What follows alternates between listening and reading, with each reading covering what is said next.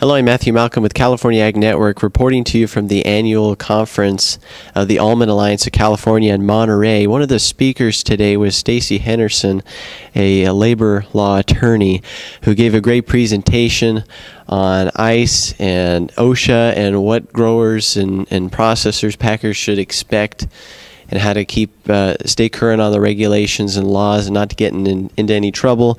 One of the things she talked about in particular is what, when you've got ICE or OSHA showing up on your farm, what should you do? What are some of the protocols you should take? And here's Stacy to give some tips and advice in preparing for that. Thank you. So the first thing you want to do whenever an agency shows up is ask for ID. You want to make sure that you are actually receiving a visit from a lawful agency.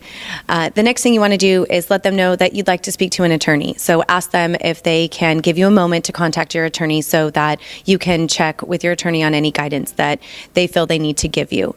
Sometimes they will allow you to do so, and other times they will say that they want to continue to proceed with the inspection. If they tell you they want to continue to proceed, then you can have one of your employees contact your attorney as you are engaging in the discussion with the agency. At all times throughout this entire process, you want to make sure that you remain calm and cooperative. Don't do anything that could be seen as disrupting or impeding the investigation or the examination. If they provide you with any sort of warrant or subpoena or any notice of inspection, any documents, you want to make sure that you read those so that you can understand what it is that they are seeking to inspect. Sometimes they're looking to inspect documents, other times they want to inspect your facility, and you want to understand the scope of the authorization that they are given in a warrant or subpoena.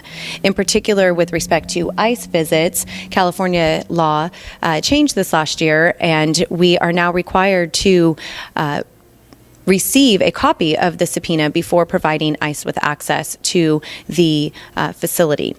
So make sure that you have that. And if you ask for the subpoena and they don't give it to you, you can tell them that under California law you are mandated to ask for that. And so again, continue to request it.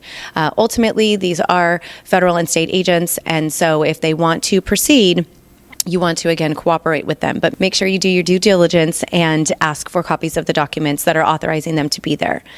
Throughout the entire process, you also want to make sure that you're monitoring what's going on. You should assign at least one employee to go with the agent. Whatever it is that they are doing, you want to document it. You want to document the questions they're asking, the people that they're speaking to, the responses that they're getting from the employees, and you want to document any documents that they take copies of, as well as any documents that they provide to you. You want to make copies of everything so that you have a full and complete record of what took place that day. Again, you don't want to interfere with the inspection in any way. Don't do anything that they could say was an unlawful obstruction of their ability to ask questions. So you cannot instruct your employees, for example, not to speak with the agents. If your employees want to speak with the agents, they are permitted by law to do so, and you cannot interfere with that. You want to make sure that at the end of the inspection, you follow up with everyone that was involved. Anyone that saw what took place, anyone that participated in the inspection, have a meeting and go over what happened. Ask what they observed, what questions they were asked, what information they provided, what documents they looked at, what documents the agency asked to see or make copies of, whether they mentioned any particular employees by name. You want to get as much information as possible and then write a report about what took place.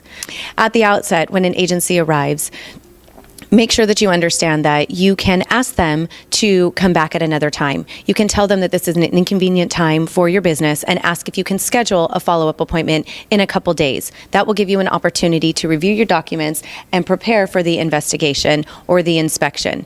Sometimes they will say that they need to go ahead and proceed that day pursuant to a warrant or subpoena, but a lot of times they will allow you to reschedule. So make sure that you ask for that so that you can have your ducks in a row. You can contact your attorney and make sure that you have all of your documents prepared for when they arrive.